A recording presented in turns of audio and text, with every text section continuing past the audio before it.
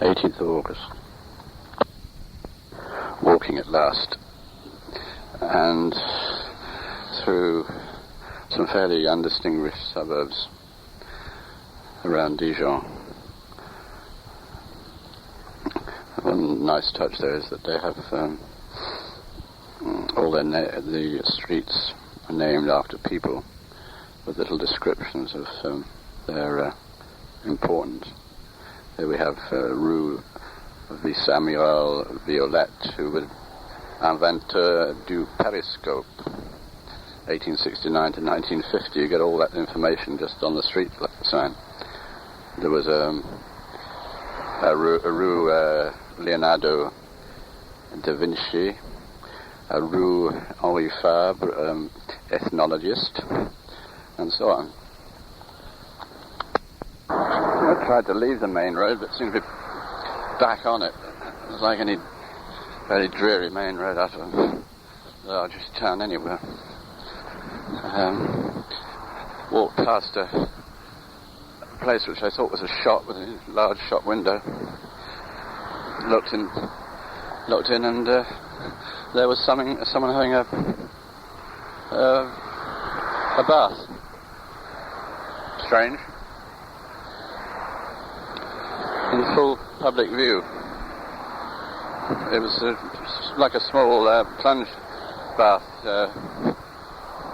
as in the changing rooms of football clubs, etc. Couldn't see any reason for it there, on the roadside like that. I must try and leave this main drag. I tried to, but obviously took the wrong turnings and I'm back on it. The sky is totally cloud covered, and there's just the odd spot of rain. Very, very little of it, but I hope it doesn't get worse. What I do need is a toilet.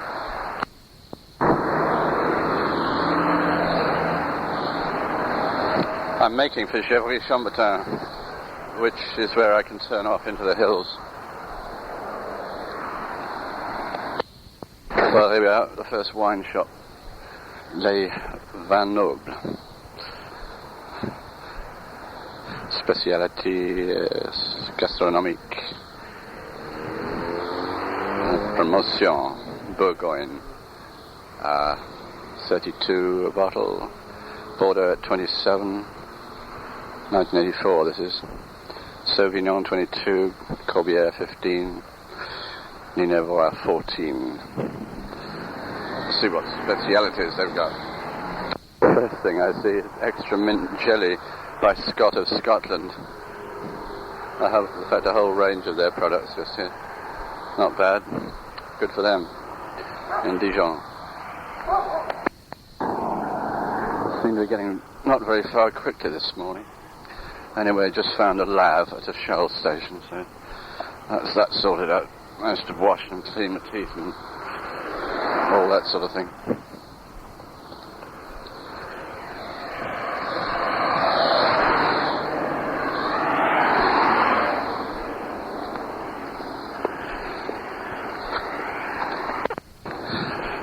I'm still no further from Dijon than Chenauve, where the sign says there are the Cave de Bourgogne, or the press, rather. 13th century, so it says. Anyway, I've turned off the main road. More to get away from the traffic than anything else.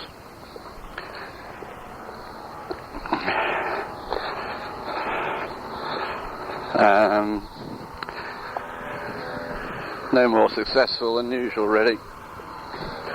Getting down through France via Paris, sober and sensible. Had far too much to drink in Paris and couldn't find my hotel.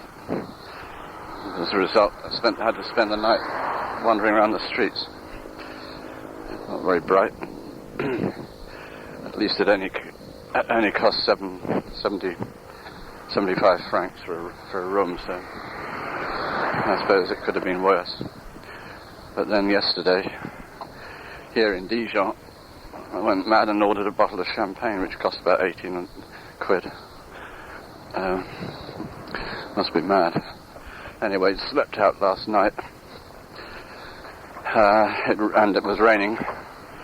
As I fell asleep, I didn't get soaked. I don't know how much it rained during the night. I was pretty tired and fairly tipsy, so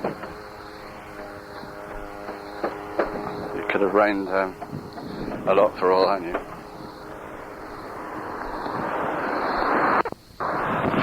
The pack is really too heavy by a few pounds, but then if I'm going to want to sleep out, I've got to carry the right equipment, and I'll save a hell of a lot of money that way. Maybe I'll get used to this weight after a day or two, but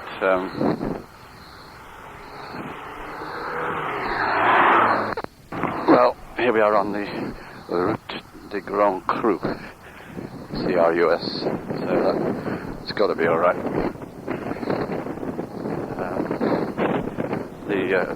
It wasn't a carve of the Dukes, it was a pressoir, in a thoroughly non-touristy way. I'm not going to go up. I really would want to make some miles and feel I'm actually going somewhere.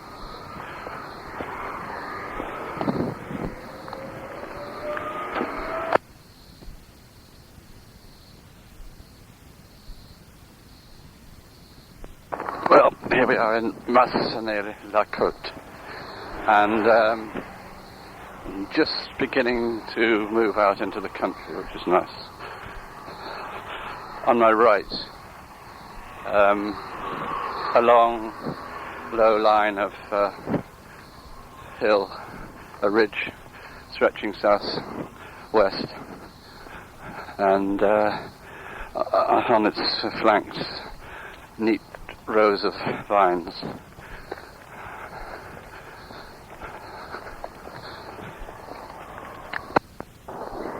Yesterday lunchtime, I had what can only be described by French standards as a rather indifferent lunch.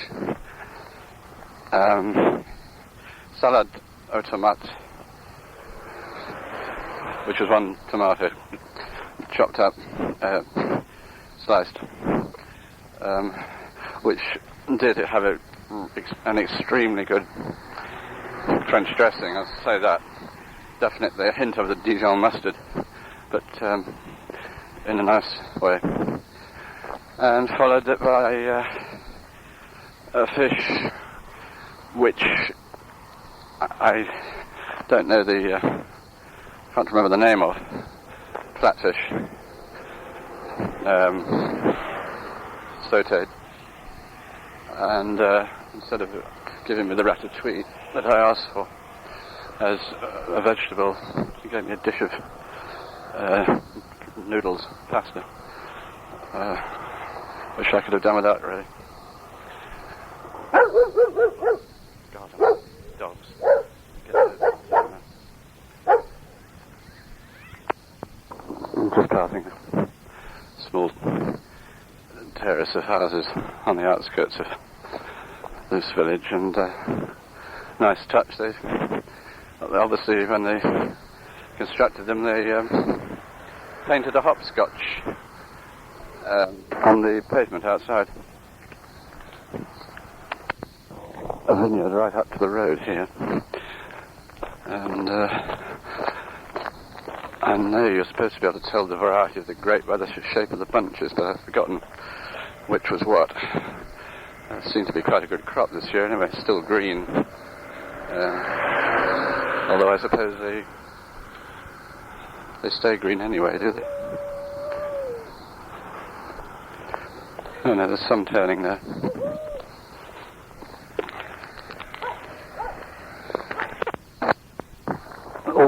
All extremely orderly and neat.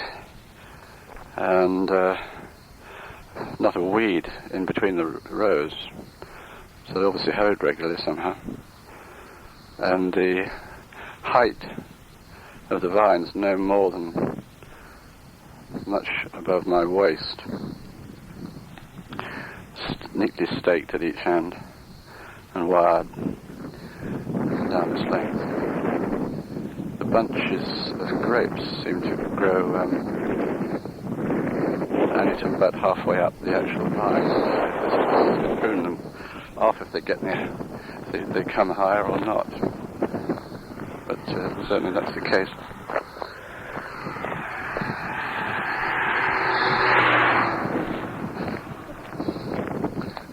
Several rows of newly planted young ones here. I'm trying to remember the variety of the Pinot Noir, I think is the Burgundy grape, main grape. I regret to say I didn't see a lot of Dijon. Too much time eating lunch and drinking champagne and Ricard in the end. Met and made friends with a nice bloke who turned out to drive one of the TGVs, the high-speed trains, which is what I got down from Paris. Quite impressive. Very smooth and very fast. So fast I couldn't see the names of the towns on the stations that we passed through. It was impossible to read them as they flashed past. Sign here saying Massenet la Côte, début de la Côte de Nuit, rather. So they reckon they're the beginning of the whole thing.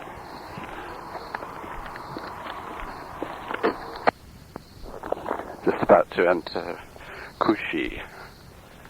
It's all opened out here, and with vines on vineyards on both sides of the road, and really bordering right to the very road's edge. Just saw a man looking carefully at his grapes. See how they were coming along. Probably I should have bought some bread and tomatoes and stuff in the last village for lunch, because I'd forgotten that. I think everything closes down at 12, so unless there's something here, which I doubt somehow, I shan't have anything to eat unless I stop at a restaurant.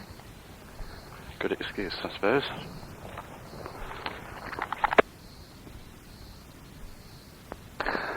A wonderful old wine press at the edge of this village. Huge cylindrical barrel with a massive wheel at one end with a series of cogs, which obviously pushes in, gradually draws in a couple of plates at either end to squash the grapes, and the whole contraption on wheels, so it's a mobile one, or was. Splendid.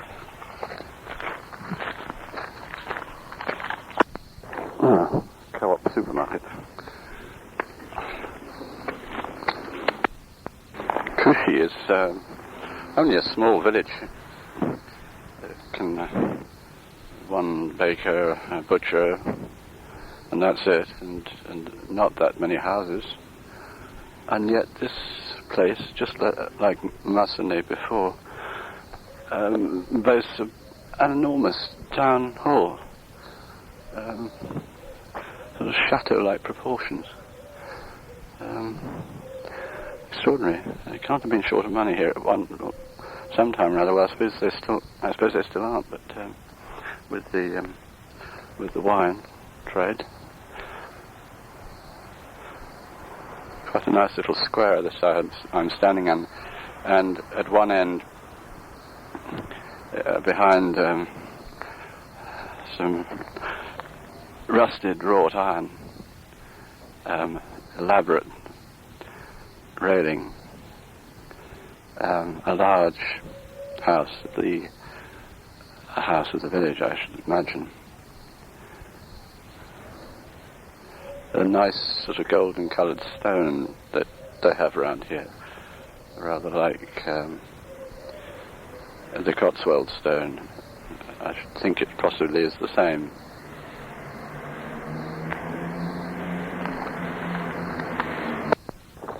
The architectural style of the village church is described as Gothic flamboyant. I haven't been in it, but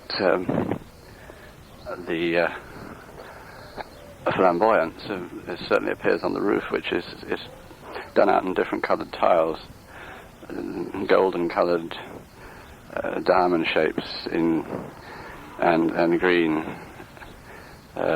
contrasting with the red of the ordinary tiles. And now I'm on my way out of the village. Another very impressive house, which must be belong to one of the owners of the vineyards, I should imagine. A beautiful arched gateway entrance, and the sort of turreted tower in the middle.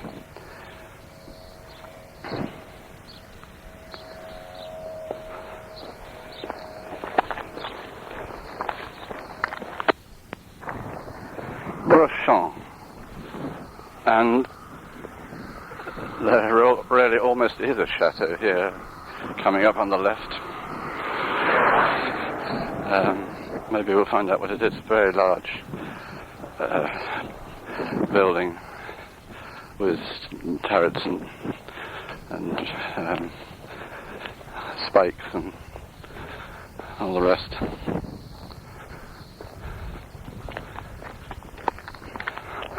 There's some apples growing now. Nice strong one.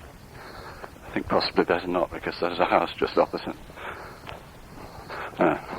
Someone has tried. Propriété privée, défense d'entrée. Actually look quite nice apples too. I want to get to Chevry before I stop for lunch. Not far now, I think. The cloud at last seems to be breaking up, and the sun's just come out. How nice.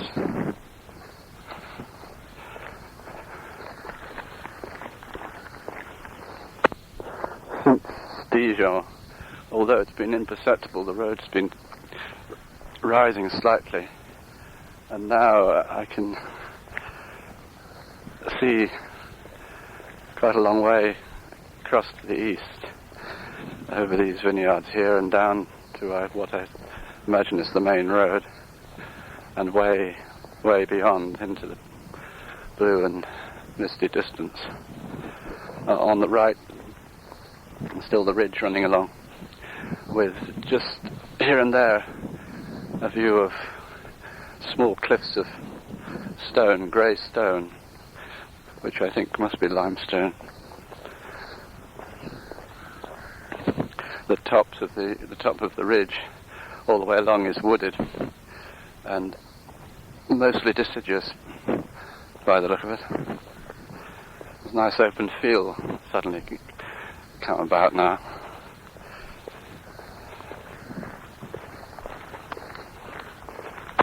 I stopped and chatted to a hitchhiker a bit further back, and I asked him how long he'd been waiting. So I was just interested to know. France has never had the best reputation for being good to hitchhikers. He'd been there over half an hour, he said. He, in fact, wasn't going very far, but he said he was from Paris on holiday. And I think he was having some difficulty. There aren't really very many cars along this road, even though it is a route de Grand Cru.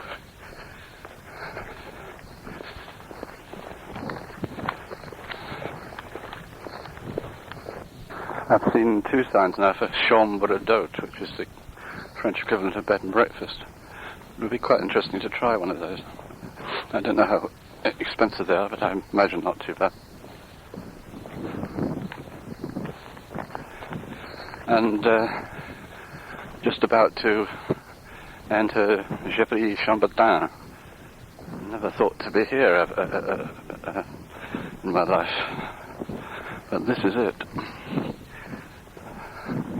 Not a large village, quite attractive in its approach anyway. Vines right up to the road. Some of the houses are surrounded by vines, no guards, nothing, just the vines right up to the windows.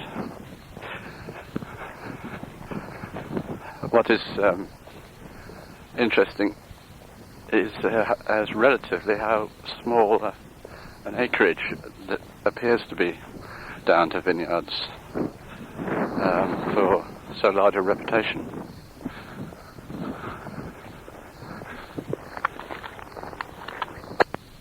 There's a syndicat d'initiative here, which opens again at 2, so I think I'll stop and have my lunch here. I'd like to, there may be able to some good free handouts in the way of maps or whatever.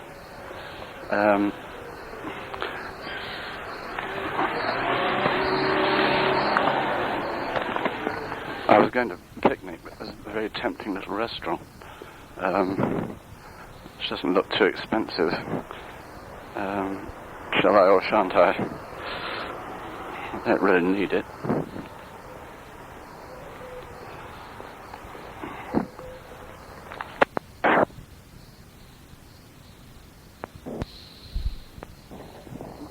Right, 3:42.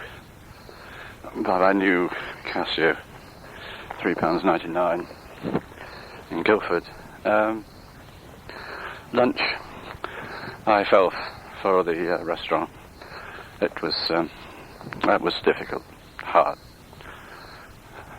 Bœuf bourguignon, preceded by salad tomate and some decent house red.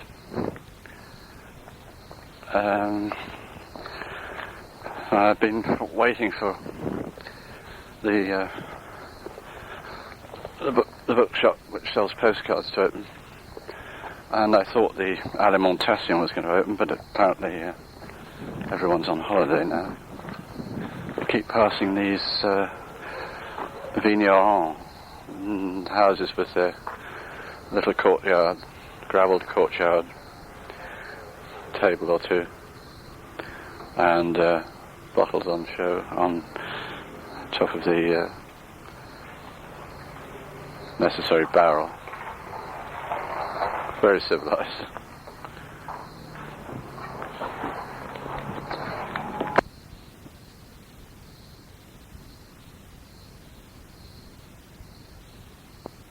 Children are not to be trusted, certainly when you're asking for directions.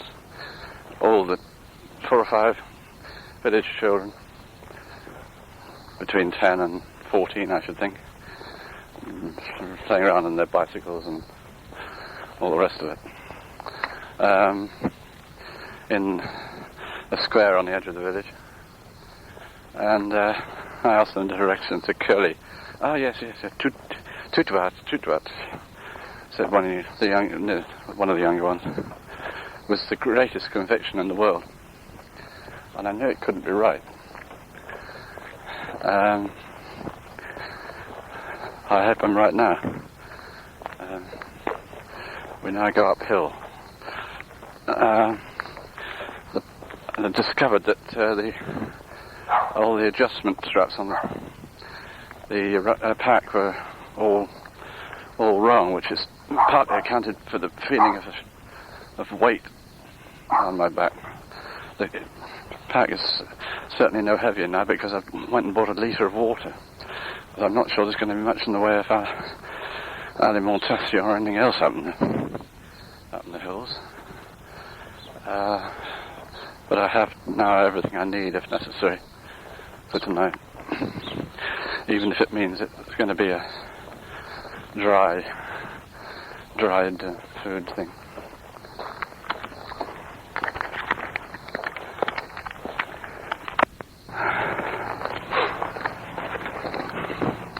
Right now I'm up out of Chevry on the way up the hill, and this is very nice. I'm standing on the edge of a vineyard watching someone chopping off the heads of the vines, and in a sort of elevated tractor, high enough to clear the 4 feet or whatever it is of the height that they are. He's running up and down the rows, and away below me, in sort of ribbon patterned lines, are the greenness of the vines. Very green at the moment. It must be quite impressive in the autumn. And beyond that, the Route Nationale, I think it is, to the south. And beyond that, what looked like cornfields and forestry. This is looking east now. And below me, the red roofs of Chevry, hidden partly also among the trees. Lovely little house on the other side of the road from where I am, right in the middle of another vineyard. Beautiful view it would have. Apparently falling into disrepair and disuse. Maison à vendre, oui. Lovely spot. And further to the north, I can see the way I've come. And in the distance, Dijon, about 12 kilometers away, I think. Right, onwards. The road winding up through Scots pine, mainly. And I can smell the resinous scent.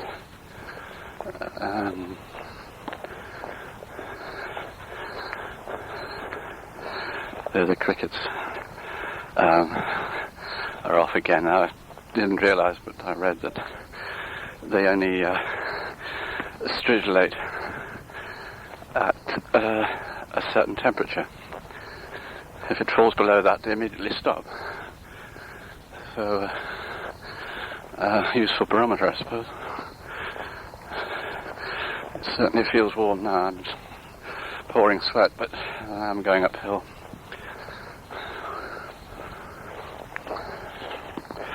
Curly is about 6 kilometers, according to Man House, just down the road. The first randonnée sign. I'm not sure which this one is, but it's just a local one, I suppose. Because this isn't a GR as far as I know any of it. And I'm also now just coming to the end of the metal part of the road, and it's from now on unmade. We go higher and higher. I've just realised that I've spent over £1 on a litre of water. That can't be right, surely. That must be the rip-off, isn't it? 12 francs for water. The wine's cheap. Walking along this light-coloured yellow road of stone and gravel, and through woodland of thin oak, small dwarf oak, and interspersed where they've done the thinning, the same standard piles of logs which I kept seeing in south of Limoges. The standard length that they chop them into, which I still haven't discovered why. And it's quiet, no one in sight, peaceful, and I'm just beginning to feel that I've shaken the dust of the city off my feet, and it's good.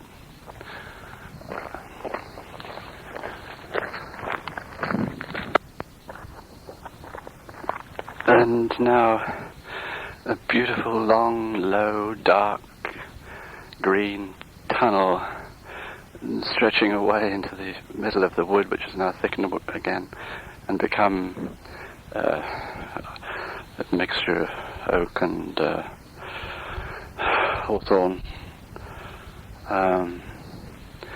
But this beautiful view.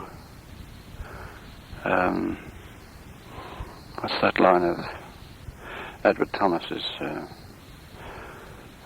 about something without end? Reminds me of that.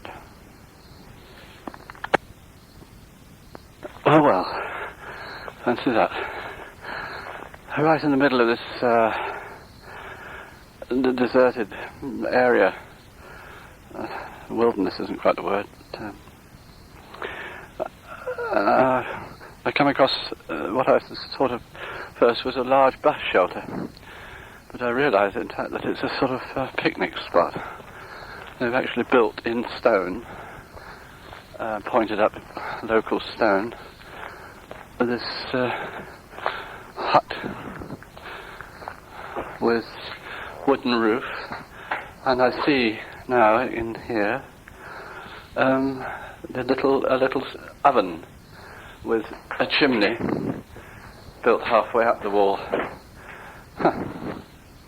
and bench seat round the wall, and rather dingy, gloomy, and somewhere I would not want to sit and have my supper. I suppose if it was smashing down with rain, it would be quite a handy place to. Oh, there's another oven round the back here. Oh well, and a great big thick wooden table.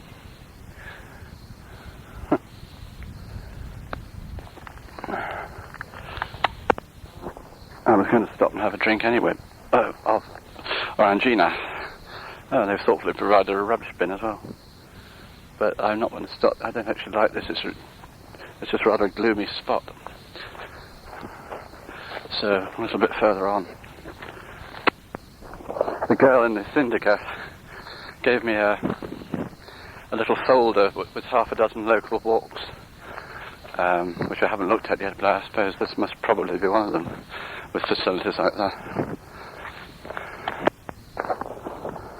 I think it must have rained quite a lot last night. There were some fairly largish pools on the track here, obviously fresh. It's looking a bit and feeling a bit outrageous now. I hope it doesn't rain or start raining again. One thing seems fairly clear, and I'm a bit surprised, particularly since it's La Route des Grands Crus, and there are places like Chevry, Louis Saint-Georges, Macron-Beaune, etc. But it certainly could hardly be called a sort of tourist spot. I mean, here I am in the middle of, at the peak of the season, really. I haven't met a soul since I left Chevry. Certainly no one walking from Dijon, and very little traffic. A few bicyclists, two two of whom were having lunch in the restaurant. But definitely not a centre of madness and chaos, which is what I hoped, particularly at this time of year. The ground is levelled out now, so maybe I'm on top of the ridge. I'm not sure, so I can't really see anything. The trees are on either side to the very edge of the track. Anyway, time to stop for a draught of Orangina. And just come across a massive and very impressive slug. It's the length or more of my hand and the colour of a horse chestnut, with a funny sort of red feet. I mean, like at the skirt of a hovercraft. It's just a red trim all the way around the edge. Dark black antlers and two dark black spots which look like eyes, but of course aren't. Is it the near placement or what? I don't know. Sort of glistening and sliding very slowly across this track and moving its head from side to side, I suppose in search of morsels of something or another. Overhead I can hear cars, or I can hear the noise of traffic. Surely I'm not at zero yet, am I? I don't think so. Aha! We have broken through to the other side. I'm now looking west, across to hills, across a valley to hills in the distance. And the view to the east is now lost. And this is a road. And I see one or two roofs down there, so maybe that is the village.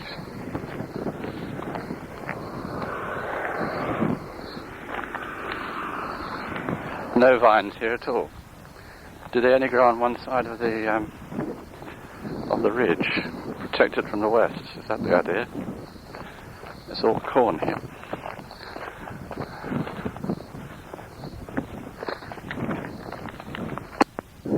I suppose, in fact, I'm now looking towards the beginnings of the Morvan in the distance, the hills that I can see opposite.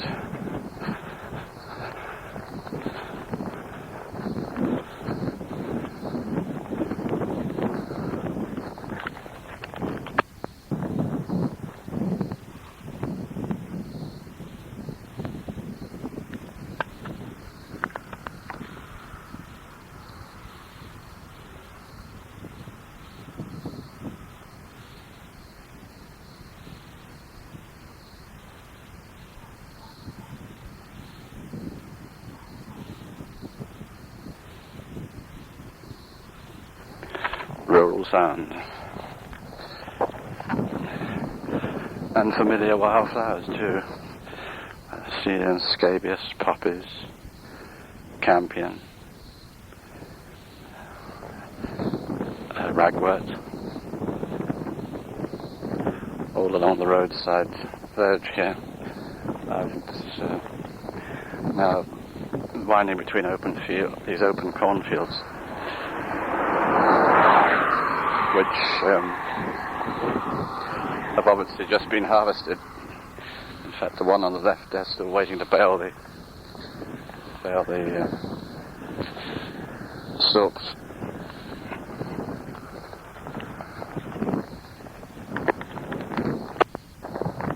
Here we are in Cahors, which is very much a sort of Stoke River size, I think. In other words, practically nothing of it. And also, like Stoke, high up on the side of a hill looking west. Quite nice.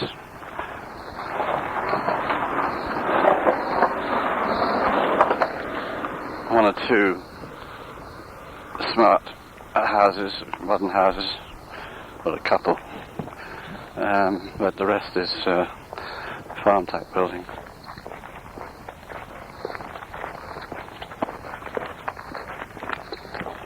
Very like Stoke, really.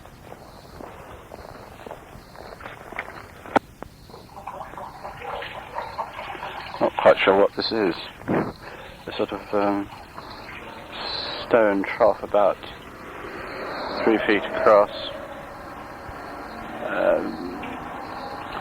just off the road here, and roofed with wooden pillared arches.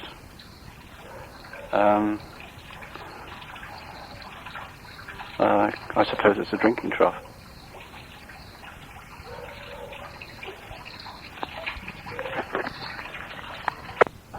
This is where I think I should pick up the first of my GRs, GR7, which I'm going to follow quite a long way, I think, south.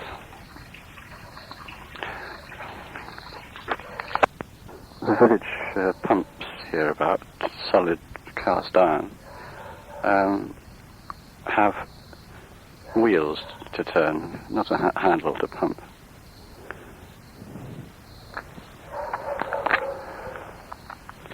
And seem to be all made by Morin Gasson, G-A-C-O-N, in Dijon, or where.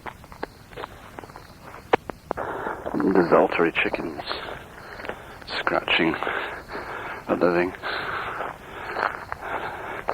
No person, no sign of human life.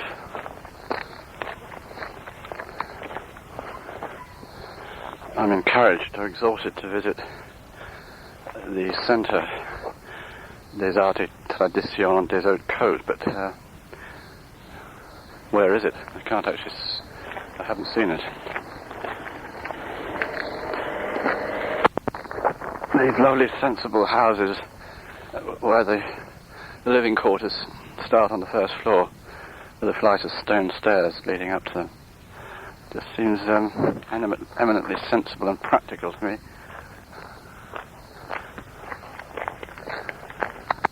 Right, this is it, the first of the GR, turning off to the left, with the red and white painted sign, stopping over another cloth, I think.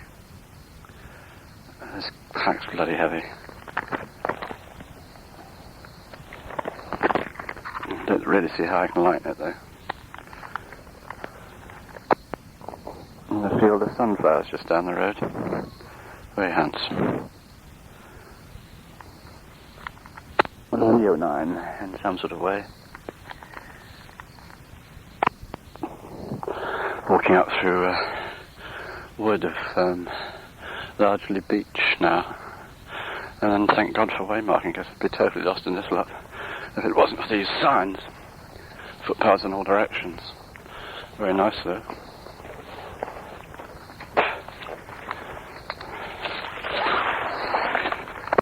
Blackberries are beginning to ripen now. I've already eaten a few. Free food. Soon be the mushroom season. This is really very attractive countryside. Just coming down to the next village, the name of which I can't quite remember, but it doesn't matter. Another small one, just looking down on the roofs, the red roofs now. A nice clustering of houses. And it's hilly country, but not over hilly. Fairly well wooded, and with cornfields, and I can see vines now down there in the valleys. Plenty of deciduous woodland, and a complete mixture. Very, very pretty, very pretty.